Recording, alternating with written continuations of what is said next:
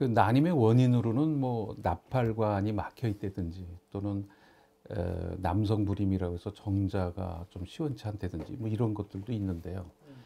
한 30에서 한 40% 이제 자궁 내막증이라는 그런 질환이 있습니다. 이거는 뭐냐면 그 자궁 내막이라는 것이 이제 아기가 들어서는 자궁 내의 토양과 같은 곳인데 이 조직의 일부가 자궁 바깥에 있는 거예요. 그래서 복강 내에 이런 것들이 이렇게 묻어 있어요.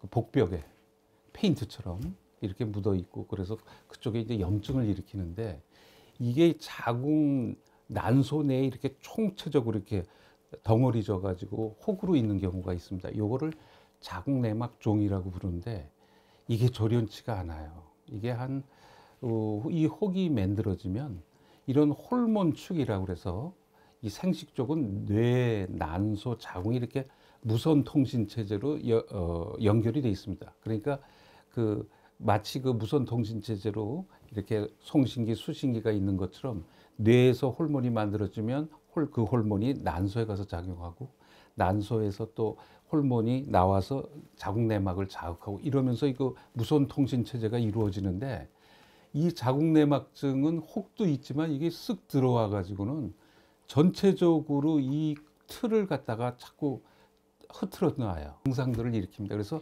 임신에 여러 가지로 나쁜 작용이 있습니다.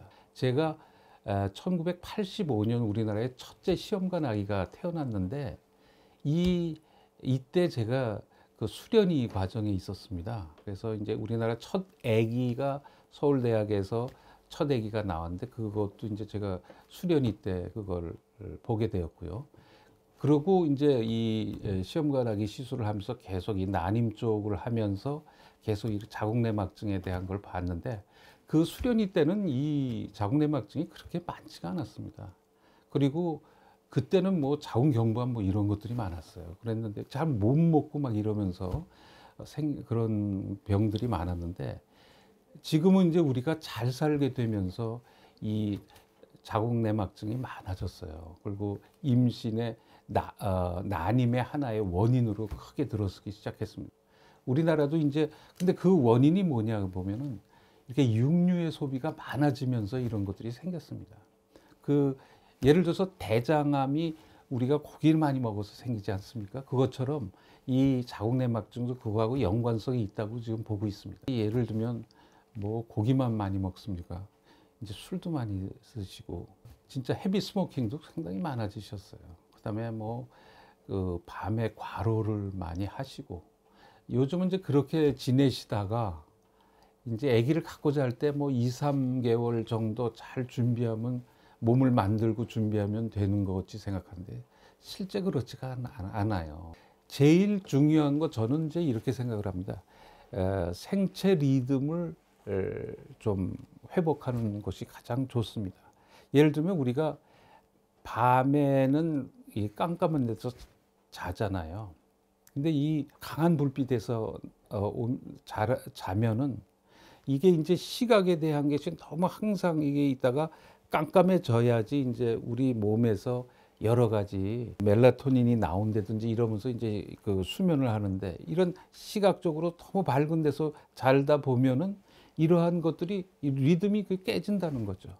그러니까 사실 스마트폰 이런 것도 밤에는 좀 이렇게 끄시고 진짜 깜깜한 데서 좀 깊은 숙면을 하는, 시간적으로 뭐 좀 짧더라도 그렇게 하는 노력이 또 중요합니다. 먹는 것이 가장 중요하겠죠. 먹는 거를 우리가 이제 well balanced diet라고, 그러니까 아주 그 골고루 음식 먹고, 뭐 이제 다 아시겠지만 한국의 음식을 추천하시는 분들이 많지 않습니까? 물론 너무 맵고 짜고 이런 것이 아니라 정말 한국의 음식, 여러 가지 식물성, 여러 가지 식물성 음식이라든가 또는 발효식품이라든가 여러 가지 좋은 음식들이 많죠. 그래서 그런 균형 잡힌 음식을 먹는 거. 그 다음에 이제 나쁜 것들을 피하는 거죠. 너무 많은 커피, 술이라든가 또는 무슨 하여튼 담배 같은 거, 이런 것들을 갖다가 이제 줄이고 이제 이런 것들이 있고요. 하루에 한 10분 정도만 햇빛을 봐도 좋아요. 그리고 한 30분에서 한 40분 걷는 운동 굉장히 좋습니다. 뭐 일하시는 분들은 점심시간에 나가서 식사하시고 한 3, 40분 햇빛을 보면서 걷는 거 이런 거는 아주 굉장히 좋다고 봅니다. 밤이 되면은 한 취침 한 1시간 전부터는 불을 끄고 스마트폰을 보지 않고 그 생체 리듬을 회복하고 그러니까 임신을 하는데도 굉장히 중요하다고 생각을 합니다. 그 송과체라고 뇌에서 나오는데 이게 이제 뇌에서 그 호르몬들이 이렇게 나오면 그러니까 잠에 대한 여러 가지 물질들이 나면서 푹 자는데 이런 것들이 잘 안 나올 거예요. 그렇지 않겠어요? 그리고 이제 그 모든 걸 이게 푹 쉬게 하고 이게 다 일을 하는 이러한 밤 시간을 갖다가 자꾸 그걸 교란하고 이 생체 리듬이 좀 깨지게 되겠죠. 너무 시각에 대한 거를 계속 받으면 스마트폰이 그걸 할 거란 말이에요. 그러니까 그런 거를 줄여주는 것이 굉장히 좋습니다. 또 하나는 거기서 받는 그 아주 강한 메시지, 예를 들어서 무슨 재미난 영화가 그냥 추리로 간다든지 또 굉장히 그 감정적으로 막 화가 나가는 일들이 여러 가지 도파민 이런 것들을 분수하면서 잠을 갖다 그렇게 깊게 못 들을 수도 있잖아요. 이런 것들을 좀 이렇게 풀어주고 다 내려놓는 이런 작업이 생체 리듬을 회복하는 길이 아닌가 이렇게 생각을 합니다. 명상이라고 하지 않고 멍상이라고 말씀을 드리고 싶습니다. 그러니까 아무 생각 안 하고 이렇게 비워놓는 거죠. 멍상. 예, 요거 아주 중요한 포인트죠.